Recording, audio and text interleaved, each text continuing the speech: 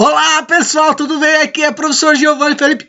Um beijo para vocês, muito bom estar com vocês, falar com vocês, discutir com vocês e falar um pouco sobre Roma Antiga, o maior império que o mundo dos homens da Terra já presenciou. Gigante, enorme, poderoso e que deixou alguns legados para nós, membros deste planeta Terra. A língua nossa, português, assim como o francês, espanhol e o italiano, são de origem latina. Os latinos, os romanos, de uma lenda, de uma pequena cidade a um grande império que conquistou todo o mar Mediterrâneo. Sim, foram poderosos. Vem comigo nessa viagem. Lembrem-se que será uma aula introdutória de apresentação, não iremos adentrar em determinados conteúdos. É necessário uma leitura para se aprofundar. Eu vou abordar com vocês o que é necessário entender, o básico, para o entendimento de Roma, o que é preciso entender sobre Roma. Tá bom? Vamos lá então. Vamos lá abordar Roma Antiga. Lembre-se que vocês estão vendo aí na tela loba que vai criar os dois irmãos que fazem parte dessa mística história da fundação de Roma. Lembre-se também que Roma vai fazer parte da Magna Grécia, Vai ser um puxadinho ali da civilização grega também. Então a história de Roma Antiga, fascinante em função da cultura desenvolvida e dos avanços conseguidos por esta civilização. De uma pequena cidade, tornou-se um dos maiores impérios da antiguidade. Dos romanos herdamos uma série de características culturais. O direito romano, até hoje ensinado nas universidades, está presente na cultura ocidental, assim como o latim, que deu origem à língua portuguesa, francesa, italiana e a espanhola. A fundação tem a ver com os dois irmãos que, após serem jogados no rio, foram resgatados por uma loba, amamentados, criados e deram origem à terra de Alba Longa, a Roma. A lenda de Rômulo e de Remo. Localização: Europa, Península Itálica, parte do mar Mediterrâneo, Ocidente. Roma é dividida em alguns períodos e dentre esses períodos temos a fundação de Roma, que faz parte ali também já do início da monarquia. Ela vai ser povoada por pastores nômades aproximadamente 1000 anos antes de Cristo. Uma sociedade romana era formada por patrícios, os nobres, que estão no topo da pirâmide, os plebeus, que estão no meio, e os escravos, que fazem parte da base da Roma quanto civilização. Período: monarquia, república e o império. Essa é a divisão da civilização romana. Ao fundo vimos um som de uma motocicleta incomodando a minha videoaula. Na monarquia, primeiro período, que vai de 753 a.C. a 509 a.C., nós vamos ter o início de Roma enquanto sistema político, era a monarquia, já que a cidade era governada por um rei de origem patrícia. Os patrícios serão os poderosos, os bambambãs, os donos da terra, os que vão governar, os que vão mandar, os que vão matar, os que vão controlar a civilização romana. A religião nesse período era politeísta, adotando deuses semelhantes aos dos gregos, porém com nomes diferentes. E lá no último slide iremos ver um pouco destes deuses. Nas artes destacava-se a pintura de afrescos, murais decorativos e esculturas com influências gregas. A monarquia romana vai deixar algumas esculturas, legados, pinturas e obras marcantes. Os plebeus, os patrícios, vão ter uma disputa.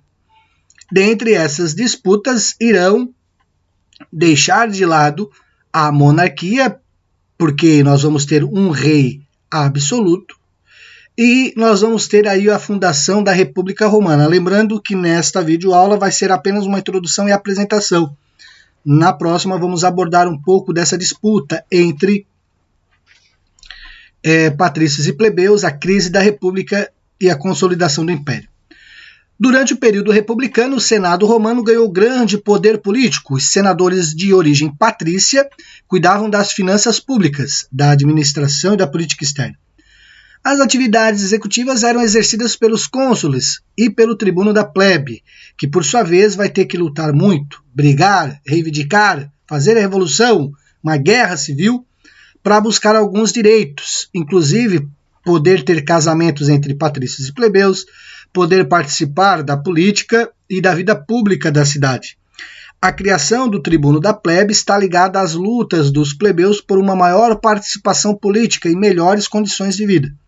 Em 367 a.C. foi aprovada a Lei Licínia, que garantia a participação dos plebeus no consulado.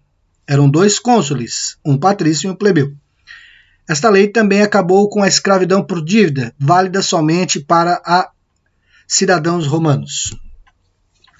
Essa disputa entre patrícios e plebeus, eu peço que vocês possam lá no livro didático, que vai estar no link, vejam qual foi a lei que vai garantir o casamento entre patrícios e plebeus. Isto eu vou cobrar no questionário, mas é necessário que vocês leiam. Vamos lá ler para vocês entenderem, compreender.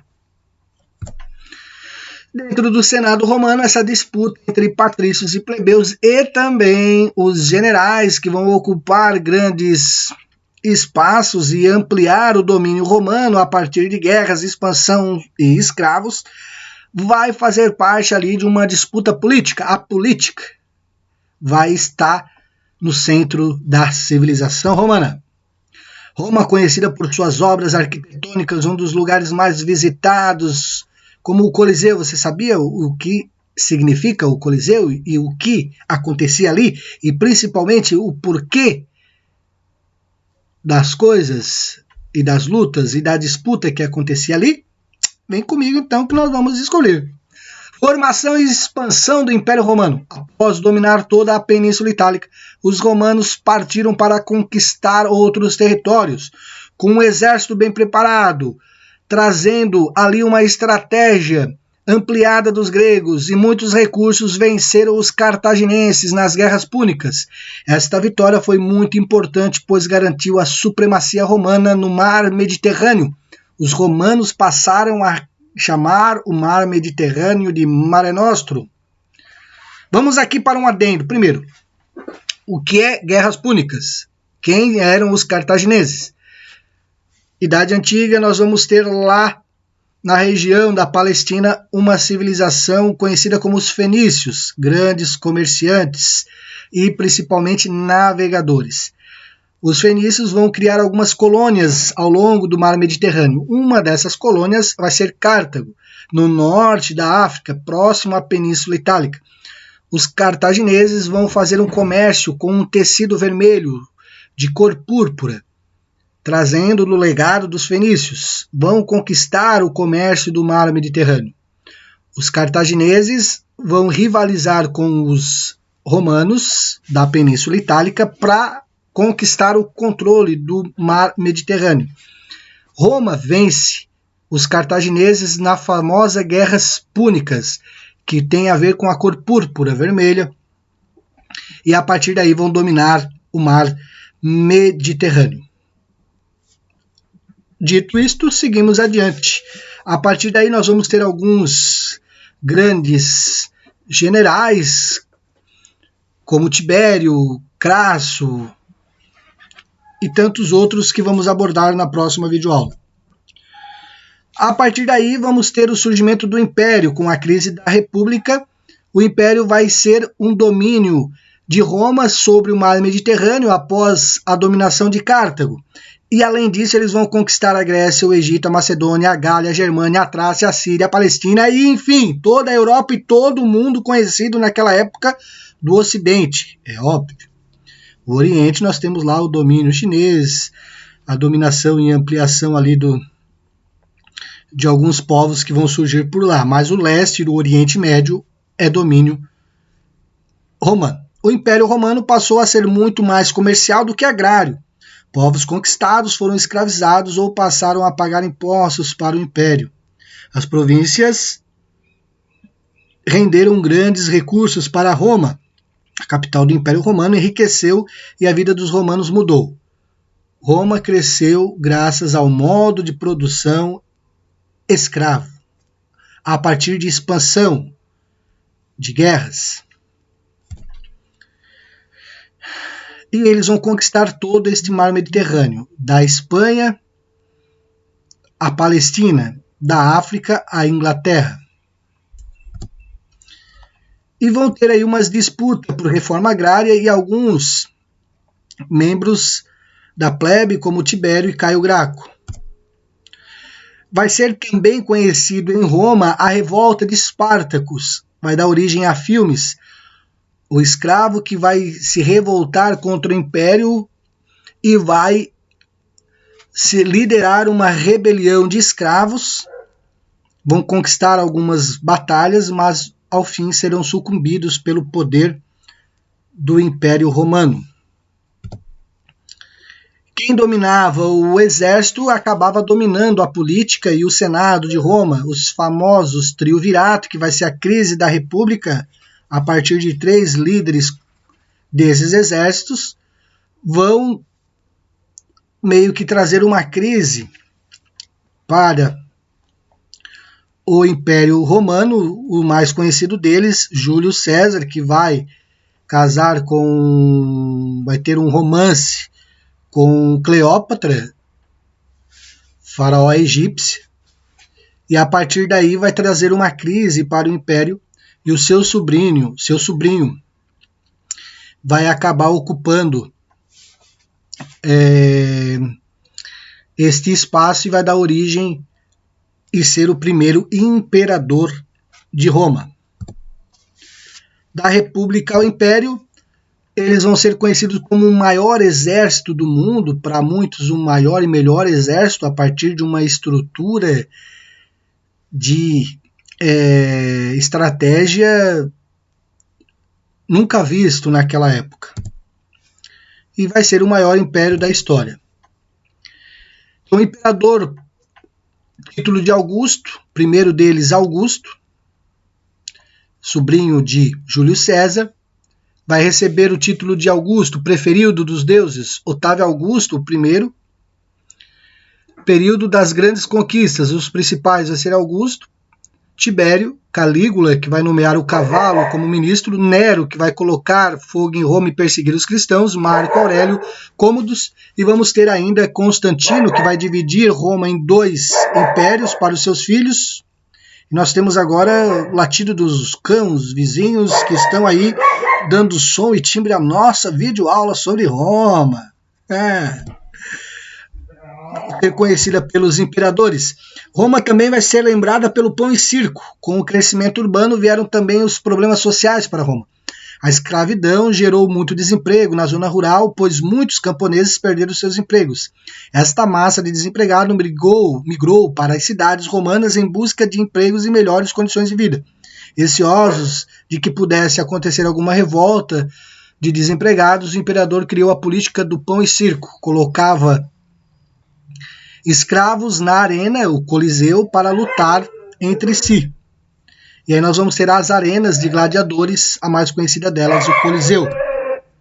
A luta de gladiadores, o pão e o circo, diversão, comida para evitar conflitos, como o que nós estamos vendo aqui, com este som dos nossos cães brigando entre si. Descontração para não perder e não ter problema na edição. Vamos lá, então, a grande Roma, com algumas imagens.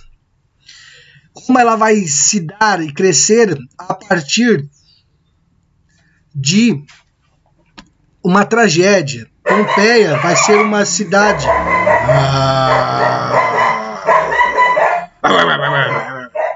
Pompeia vai ser uma cidade que vai ter uma grande civilização, vai ampliar os seus domínios.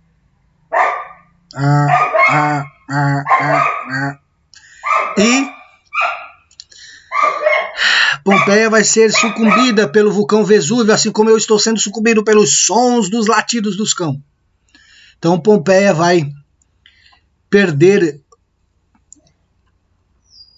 a guerra contra a natureza, vai ser sucumbida pelo vulcão Vesúvio e vai abrir espaço para que Roma, civilização romana, realmente conquista toda a Península Itálica e o mundo conhecido na época.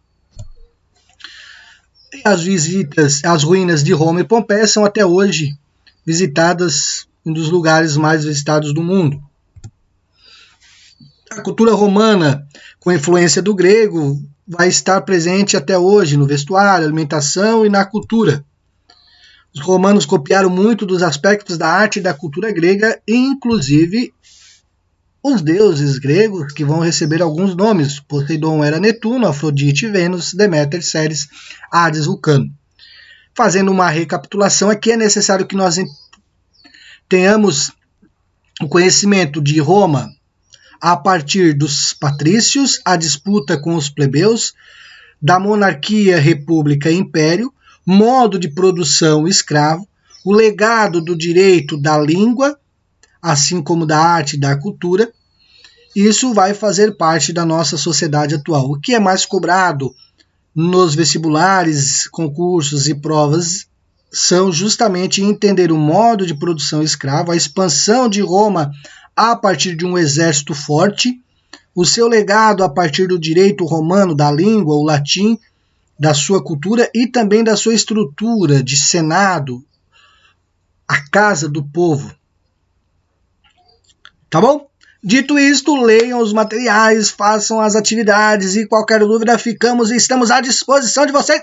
Um grande beijo e até a próxima videoaula, e tomara que desta vez não tenhamos ali uma rebelião dos nossos vizinhos cães e os seus latidos. Mais uma vez, tchau!